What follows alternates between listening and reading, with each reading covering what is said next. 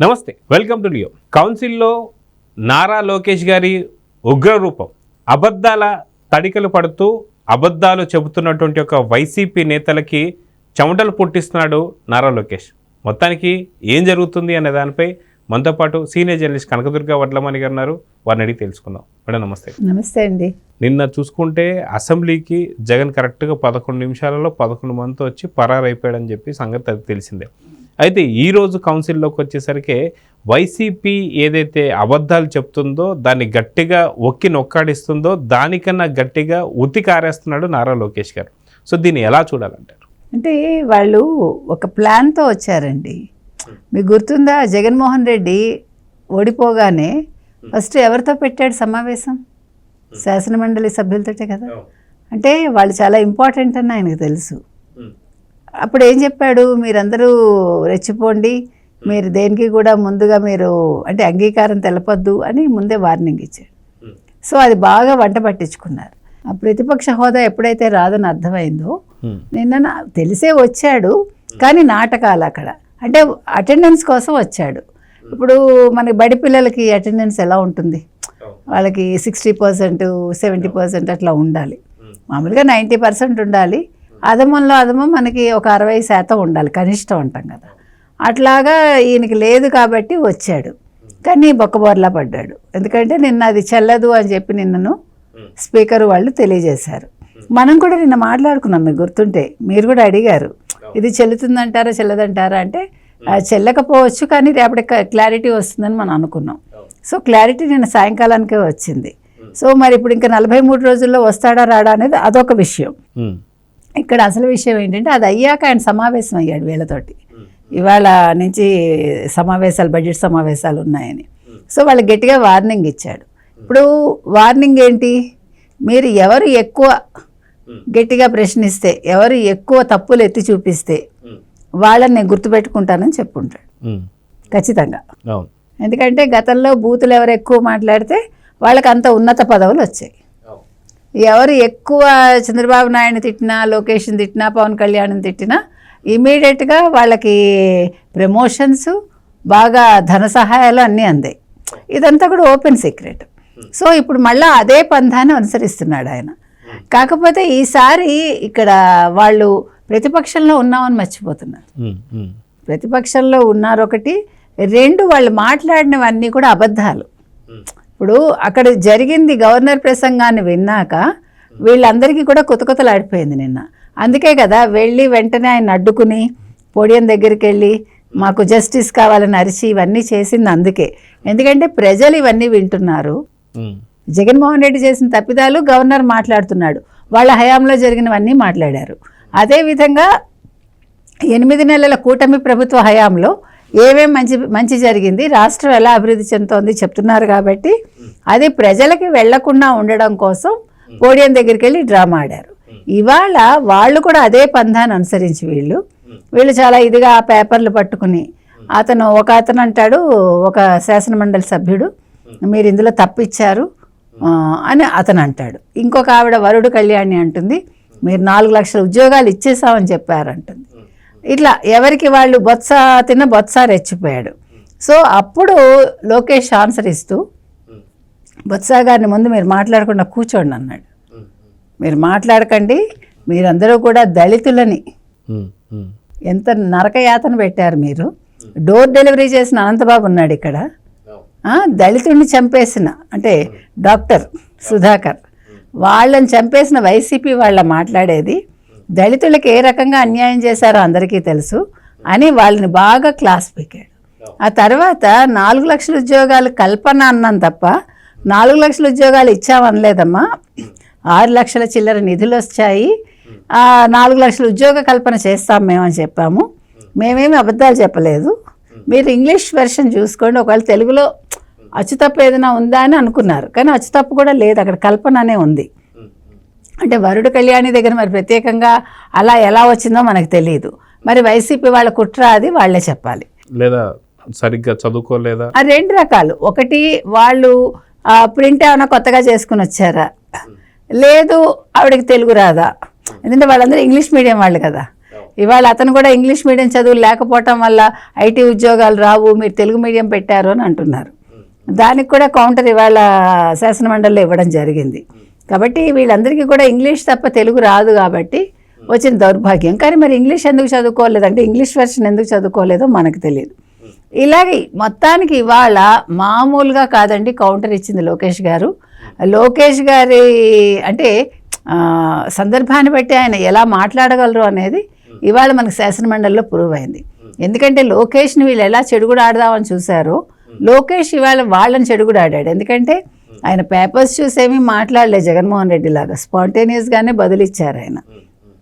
ఎక్కడికక్కడ కూడా ఆన్సర్స్ ఆయన సొంతంగా మాట్లాడారు.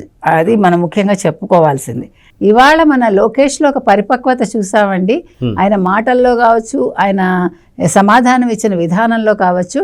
గతంలో ఆయన చాలా హేళన చేసిన వాళ్ళందరూ కూడా లోకేష్లో వచ్చిన మార్పుని ఇవాళ ప్రస్ఫుటంగా చూడడం జరిగింది. ఎలక్షన్స్ ముందు మనం చూసాము, ఎలక్షన్స్ తర్వాత లోకేష్ని చూసాము. ఎలక్షన్స్ ముందు ఇంకా అగ్రెసివ్గా మాట్లాడారు ఆయన. రెడ్ బుక్ రాజ్యాంగం గురించి కావచ్చు, లేకపోతే రెడ్ బుక్ గురించి కావచ్చు. ఎందుకంటే వైసీపీ వాళ్ళు ఏ రకంగా ఇబ్బంది పెట్టారు ప్రజలందరికీ తెలుసు. అది తెలవబట్టే వాళ్ళు ఇన్ని సీట్స్ ఇచ్చి కూటమి 124 సీట్లు ఇచ్చి గెలిపించారు. సో ఇవాళ ఆయన ఎక్కడా కూడా అంటే తన ఇదిని మర్చిపోకుండా, తన పరిధిని దాటకుండా ఆయన చాలా కరెక్ట్గా మాట్లాడటం జరిగింది. అంటే రెచ్చిపోవటం కానీ, అనవసరమైన పదాలు వాడడం కానీ, వాళ్ళలాగా పనికిమాలిన మాటలు మాట్లాడడం కానీ చేయకుండా హుందాగానే మాట్లాడారు ఆయన. నిన్న కూడా హుందాతనం అందరూ ప్రదర్శించారు, ఇవాళ కూడా హుందాతనంతో మాట్లాడటం జరిగింది. అంటే ఎవరికి వాళ్ళు మీరు గమనించాల్సింది ఏంటంటే, నిన్న ఫస్ట్ టైము ఒక జర్నలిస్ట్ అంటే వైసీపీ సపోర్టర్ ఎక్కువ ఆయన కూడా అంటం జరిగింది నిన్న పవన్ కళ్యాణ్ గురించి. చాలా రోజులకి చెవుల్లో తేనె పోసినట్టుగా ఉంది, చాలా చక్కటి భాషని వాడారు పవన్ కళ్యాణ్ గారు, చాలా మర్యాదగా మాట్లాడారు జగన్మోహన్ రెడ్డి గురించి అని. సో అంటే ఇప్పుడు మనం ఎందుకు ఈ ప్రస్తావన తెచ్చామంటే, ఇవాళ తెలుగు భాష గురించి కూడా వచ్చింది కదా, తెలుగు భాషను అవమానపరిచారు అని అనిత గారు అంటం జరిగింది. ఎందుకంటే ఆ శాసనమండలి సభ్యుడు ఇంగ్లీష్ మీడియం గురించి మాట్లాడినప్పుడు తెలుగు మీడియంలో చదువుకుంటే పెద్దవాళ్ళు కారు అని ఎక్కడా లేదు కదా. పెద్ద పెద్ద పొజిషన్స్లో ఉన్న వాళ్ళు, ఐఏఎస్లు అయిన వాళ్ళు, ఐపీఎస్లు అయిన వాళ్ళు, ఇంకా రకరకాలుగా ఉన్నారు. ఇది అందుకని ఈ ప్రస్తావన ఇక్కడ నేను తీసుకురావటం జరిగింది. ముఖ్యంగా ఏంటంటే ఇవాళ మీరు ఈ ప్రభుత్వం వచ్చాక ఒక హుందా రాజకీయాలు, చక్కటి భాష మాట్లాడటం, అంటే బూతులు మాట్లాడకుండా, ఆడవాళ్ళని నిందించకుండా, ఒకళ్ళనొకళ్ళు అసహ్యంగా దుర్భాషలు ఆడుకోకుండా, అంటే కొత్తగా ఉంటుంది ఇప్పుడు వైసీపీ వాళ్ళకి. బికాజ్ వాళ్ళు ఒక 5 ఏళ్ళు వాళ్ళు ఒక రకమైన పరిపాలన సెట్ చేశారు వాళ్ళు. అంతకు ముందు లేదు, ఆ తర్వాత లేదు కూడా, ఆ మధ్యలోనే వచ్చింది. కాబట్టి ఇవాళ మళ్ళా మనం ఒక చక్కటి వాతావరణాన్ని చూసామండి, చక్కటి భాష విన్నాం మనం, హుందాగా అది కూడా సమాధానం చెప్పటం కూడా చాలా విఘ్నతతో, చాలా చక్కగా, చాలా ఆలోచించి అక్కడ ఉన్నది ఉన్నట్టుగా చెప్పడం ఇవాళ లోకేష్ గారు చేశారు. కాబట్టి వాళ్ళు ఈవెన్ వాళ్ళు కూడా ఇవాళ వైసీపీ వాళ్ళు కూడా కొంచెం జాగ్రత్తగా ఒళ్ళు దగ్గర పెట్టుకుని మాట్లాడారేమో అని నాకు అనిపించింది. అయితే ఏదైతే యూనివర్సిటీలకు సంబంధించి వైస్ ఛాన్సలర్ ఏదైతే ఎంపిక ఏదైతే జరిగిందో అది నిష్పక్షపాతంగా ఎవరైతే ఎస్టీ ఎస్సీలు కావచ్చు, గిరిజనులు కావచ్చు, ఒక మహిళకి కూడా మనం చూసాం చాలా పట్టి మరి తనకి ఇవ్వడాన్ని కానీ ఎక్కడ రాజకీయాలు అయితే మనకు కనిపించింది లేదు. కానీ వైసీపీ హయాంలో మాత్రం ఒక సామాజిక వర్గానికి మాత్రమే ఇచ్చుకుంటూ వెళ్ళడం మనం చూస్తూ వస్తున్నాం. సో ప్రజలు వీటన్నింటినీ గమనిస్తున్నారా లేదా అంటే ఏం చెప్తారు? ఎందుకంటే ఈరోజు ఎమ్మెల్సీ కౌన్సిల్లో కూడా లోకేష్ గారు కూడా అదే చెప్పారు, మేము వైస్ ఛాన్సలర్ ఎవరైతే ఉన్నారో వాళ్ళందరినీ కూడా ఎటువంటి నిష్పక్షపాతంగా రాజకీయాలకు తావు లేకుండా ఇచ్చామని చెప్పేసి. సో దీని గురించి మీరేం చెప్తారు? మీరు చెప్పినట్టుగా ఆవిడ వైజాగ్ అండి, ఆవిడది వైజాగ్ ఇంగ్లీష్ డిపార్ట్మెంట్లో ఆవిడ అనుకుంటా. ఆవిడ ఎరుకలకి ఎరుకల భాషకి సంబంధించిన ఆవిడ మదర్ టంగ్ ఎరుకల. సో ఆవిడకి ప్రత్యేకంగా ఇచ్చారు ఎందుకంటే ఆవిడ చేసిన కృషికి. కాబట్టి మీరు చెప్పినట్టుగా నిష్పక్షపాతంగా ఈసారి వీసీల నియామకం అయితే జరిగింది. ఎక్కడెక్కడి నుంచో తీసుకొచ్చి పెట్టి, అంటే తెలంగాణ నుంచి కూడా తీసుకొచ్చి పెట్టారు. అంటే వాళ్ళలో ఉండే ప్రతిభని చూసి ఇచ్చారు తప్ప వాళ్ళు నాకు కావాల్సిన వాళ్ళు, వీళ్ళు కమ్మ వాళ్ళు, లేకపోతే వీళ్ళు రెడ్లు అలా ఏమి ఇవ్వాల.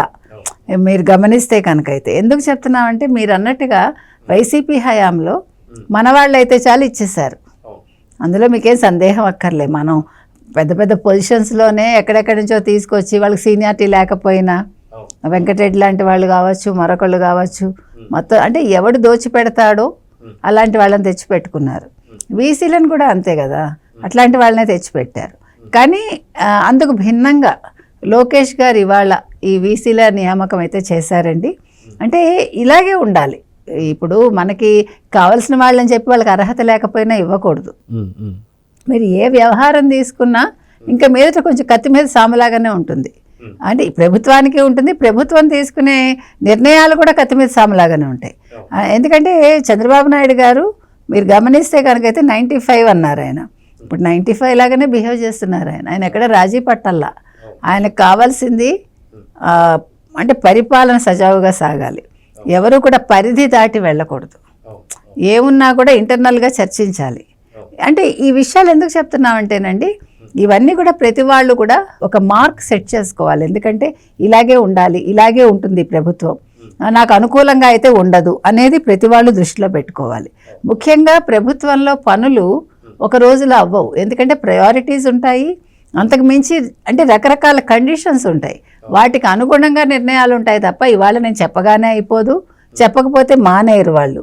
వాళ్ళు ఆలోచించి ఏది ఎప్పుడు చేయాలో అప్పుడే చేస్తారు. కాబట్టి ఎవరూ కూడా అంటే పదవులు పొందిన వాళ్ళు కానీ, అంటే ప్రభుత్వ పదవులు ముఖ్యమంత్రి చేత పొందిన వాళ్ళు కానీ, లేదు మిగతా వాళ్ళు కూడా ఎవరైనా కూడా ఏదైనా కూడా ఆలోచించి నిర్ణయాలు తీసుకోవాలండి.